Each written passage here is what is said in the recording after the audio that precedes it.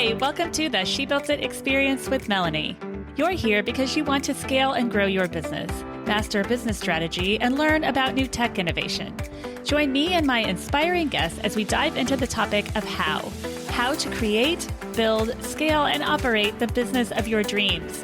In addition to being an entrepreneur, I'm also a twin mom and optimist who loves empowering you to experience the life that you crave. Magic happens when we focus on the part of ourselves and our business that brings us joy. So grab a coffee or cocktail, get comfy, and let's dive in.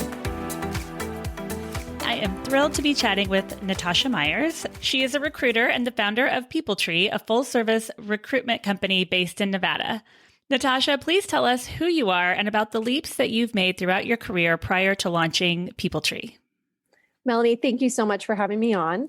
So yes, as you mentioned, I am a recruiter and I started my company back in 2018. Prior to launching PeopleTree, I would say one of my biggest leaps was right after college. I wanted to be a realtor in Los Angeles. So I called all the realtors that I could find and tried to get someone to give me a job. I managed to get an interview and actually had to drive out the next day from Arizona to LA with very short notice. And the realtor who gave me the interview tried to cancel on me last minute. Oh, no. And I told him, I'm going to sit in your office until you have time. I love that. So it was great. I got the job. I would say definitely was the biggest leap prior to PeopleTree. And were you in recruiting prior to launching PeopleTree? I was. I worked for an agency for a while, and then I worked in-house for a consulting company specializing in tech. So tech has always been my main core. I do now work outside of just tech, but it's always been my passion. I love working with software engineers and developers. Can you tell us about PeopleTree and what gave you the courage to launch it? And then tell us about what you do at PeopleTree. Absolutely. After building and growing other people's businesses, I realized that the only thing stopping me from starting my own business was the courage to do it. It wasn't anything to do with my day-to-day work or if I was capable of it. It was really just taking that leap and doing it myself. So I was definitely a little scary at first. I told one of my friends I kind of felt like an astronaut, just like floating in space. But once I got a little bit of traction and focused on what I knew how to do and continued that way, it really took off. Yeah, that first leap can be really scary and you feel lonely at times as an entrepreneur. You can't necessarily talk to the people who maybe work for you. Family is not always easy to go to. That's why I'm so glad we have the She Built It community and women to go to within the community. Absolutely. When I first started it, I had a few friends that introduced me to She Built It, and it meant the world to me because my husband could only listen to me talk about my worries so often. Right. It's so nice to be around like-minded women. Exactly. With the recent shift in technology today, what advice or tips can you give us about hiring the right people? I know there's a big shift and companies are changing and people are changing in and out of jobs at times. What tips can you give us? My biggest tip, like you said, especially in the tech field, people are switching every 2 or 3 years. They want to work with new technologies. They don't want to seem stagnant. Almost instead of having that longevity, people are really looking for more of that experience. So biggest tip I have is really finding that balance between making the perfect hire and making the hire that fits your business needs today. If you wait too long to find that perfect fit, you're really missing out on a lot of business opportunity that you could have just taken your own leap and trust someone can actually do the job. Let's say down the road, they're not exactly the right fit. Pivoting from there, maybe finding a new place for them or finding the right person. The other option would always be finding contractors that can fill that role instead of full-time hires, especially right now with the gig economy. People want to work from home. I think you can really find great talent out there that is not necessarily full-time, that's more of a contractor. Yes, I have someone who works for me and she's amazing and she's not full-time for me, but she's incredible at what she does and super fast and efficient and really pleasant to work with. The wonderful thing about what you do is it's a win-win for everyone. If someone's hired, the business is usually happy that they have taken on someone. And then it seems the employee would be happy too because they finally found their role and their job. Yep, it is absolutely the best job. That was one of the things that really made me fall in love with recruiting after I placed my first candidate, and he was fresh out of college, and he would call me every few months and just say, "Thank you so much. Like, I Oh, love that's working nice. here." Yeah, it's a great feeling. And then Yeah. you can kind of see long term how people go in their career. A lot of times my clients become my candidates become my clients. It's just hmm this good relationship building experience. And like you said with tech, I could see how someone might want to jump into a company for a couple of years, learn what they need to learn, and then maybe jump somewhere else to continue that skill or to Yep, continue learning new skill sets and new exactly. technologies. A lot of my candidates that I place do find a good spot they want to spend, 5+ years, or at least I hope they do.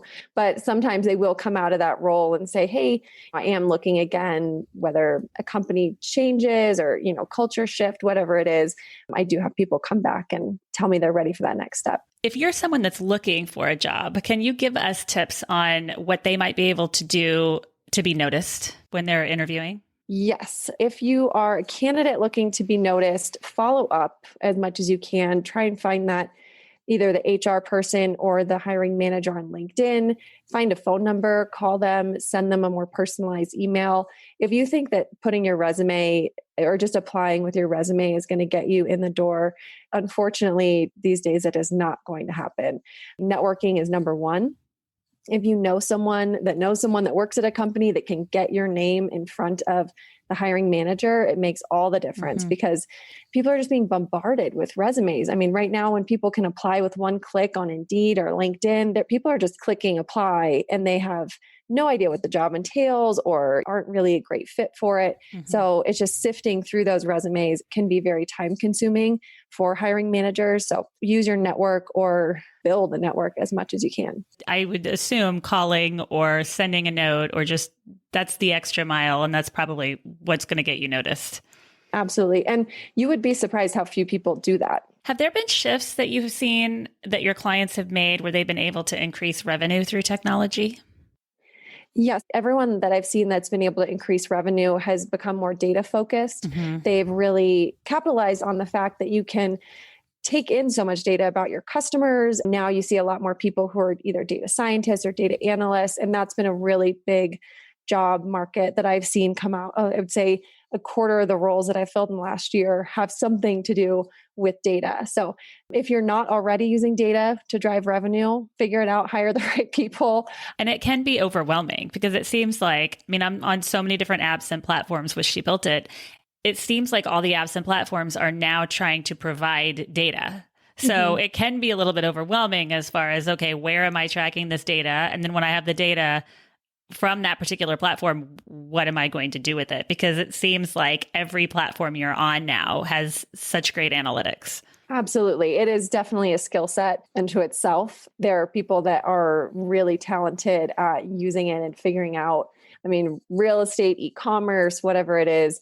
I've seen clients really use it to benefit. You are busy caring for your family and running a business. What management tips can you give us for staying organized? I would say one thing I always do try to do is segment my day for a certain task, because otherwise it does become extremely overwhelming if you're constantly trying to multitask. hmm So whether that be, okay, from 6 a.m. to 9 a.m., I'm going to do more personal, family oriented things. And then 9 to 12, be more business focused.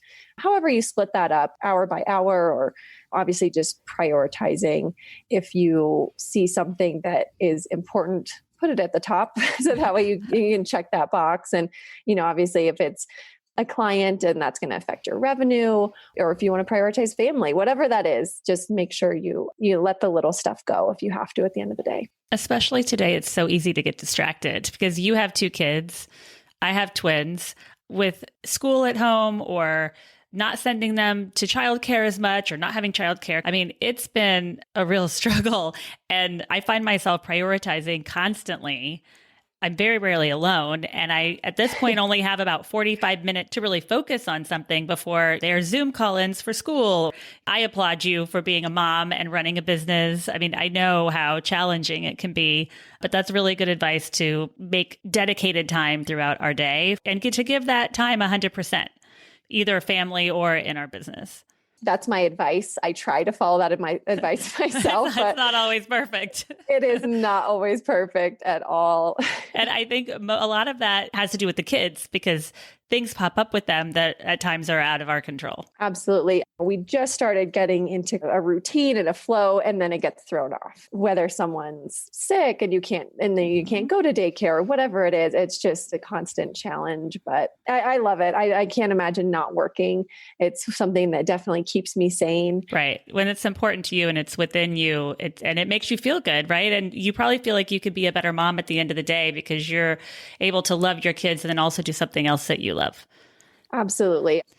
We are all shifting and pivoting at such a rapid speed, like we just mentioned. I love how you can learn from others about how they've overcome obstacles. Can you share a business challenge with us and what you did to overcome it? Yes, I would say that sales is one of the biggest challenges I have, bringing on new clients. That is always been something that I wouldn't necessarily call myself a salesperson. So that is one thing I struggle with. And right now, people are just being bombarded in emails, LinkedIn, everywhere you would go to try and get a new client. There's just so much coming in that people really aren't responding at all to those emails or even phone calls. So what I was able to do, and this is pre-COVID times, I created an in-person networking event, kept it very small and very focused on technology, mostly technology managers that I invited to come network amongst themselves, but that was also my core client group. So I was able to create something that they found value in, and then they were also able to grow that network, invite more people, and then I was able to get new business from this networking event that I had created. That was a big obstacle for me, and that is really how I overcame it. That's really smart. That's a really good thing to be able to offer them. Yeah, I love the live events because I love the in-person connection. And now we're shifting everything to virtual, which I also love the virtual aspect. You know, you can connect with people all over the world, but it might be an option to continue to drive sales. So might be fun for you to try to have a virtual event. That's great advice. Yeah. And one thing I've seen people do are these virtual wine tastings, because that was a big part of the networking event. We actually launched a monthly series called A Little Fun, Beauty and Business. And the fun part is either a cocktail, mocktail, or a wine. We talk to company owners. I ask a few questions about how their company has shifted during this time, how they grow revenue, how they stay innovative. It is definitely fun to add the wine element. Or the cocktail, mocktail for those who don't drink. Perfect. I will be signing up for the next one for sure. Love for you to come. We'd love to know your favorite apps as it relates to your career. What apps have you used or technology platforms have you used that you love and kind of can't imagine running your business without? There is one that stands out far above the rest, and it is Calendly. It syncs up to your calendar, and people can click a link and they're able to set an appointment on your calendar. Both of you get an invite. It's so seamless, and it takes that for emails back and forth out of the question. You just send the link, they set it up, you can reschedule easily. It's just been a huge game changer for me because we set up so many interviews and talking to people constantly. So just having it where I don't have to go and look at my calendar to figure out what times work. It's amazing. I'm really glad you mentioned that because no one in other interviews has mentioned it, and I use it. And it's a really, really great tool because you are right. It takes away that back and forth of, okay, what time are you available? Okay, well, I'm available then. And, you've wasted precious time with the 3 or 4 emails back and forth. So that's a really, really good suggestion. Are there any other ones as they relate to recruiting that you use? Yeah, absolutely. There's one that I really like called BombBomb, and it is a video tool. So you can send personalized videos. You get an email, and in that email is a little video clip that I record and send out to the candidate. So one thing on the other flip side of trying to get clients is trying to get candidates to respond. I mean, right now, especially in tech, there are a lot of jobs out there. These software engineers get 1 million emails a day with new job opportunities. So if you can kind of put a face to a name and smile and hold up a sign that says their name and they click on it, they're like, oh, what is this? Then they look at it. That really gets a lot more response than just a standard email. So that's called BombBomb, BOMB. And that's been a great tool for me as well. And you're right. I'm sure that making it more personalized or doing anything you can to stand out is probably always helpful. What about if someone's looking for a job? Are there any platforms that you know of that you would recommend? Indeed is a huge one. That's just a job aggregator where all the jobs from any one's website, if they have a careers page, are going to get aggregated into one place. One thing I always like to point out to people when they're looking for new jobs is don't just focus on LinkedIn, because LinkedIn, you have to pay for jobs most of the time. So you're only seeing the jobs that people are paying the extra money to have sponsored and put up there. Whereas Indeed, Glassdoor, those are going to have a little bit more of a wider variety of jobs, because those aren't the ones that people always have to pay for. Since we're all dreaming of travel right now, and I know I'm talking to you in beautiful Tahoe, Yes. Can you tell us a favorite trip that you went on? What's a favorite place that you visited and why? I always love Mexico. Mexico will always have a special place in my heart. That's where I used to go to the beach from Arizona. And my favorite trip I've ever taken there, we sailed for a week around Baja. And Wow. it was just absolutely stunning. And, the wildlife that you see and getting to dive with seals. And it was just incredible. I cannot wait to go back to Mexico. Any places in general, any hotels or restaurants that are a favorite? Well, near there was Cabo Surf Hotel, which is kind of a secret. So I almost hopefully not No too one many go. people start going there. Yeah, no one go. It's terrible. But it's a great family resort. It's not very large. It's got a little private beach there. It's got great surf. So my husband's always happy. It's got a great restaurant. But I would say that is probably one of my favorite hotels down in Cabo. And then before, we used to drive down to Baja from LA and go to Las Gaviotas. It's a really cool little community there. Once you're in the gates, you just feel like you're on vacation. Magic happens when we focus on the part of ourselves and our business that brings us joy. What is one tip that you can leave with us today about how you find and live your joy? Treating everyone with kindness, because you really never know A, what people are going through, and B, it's such a small world. And that's one thing I've seen time and time again. Someone will interview with me and maybe be a little bit on the rude side, and maybe they don't need a job or they don't care about this job, and they, just really shut me down quickly.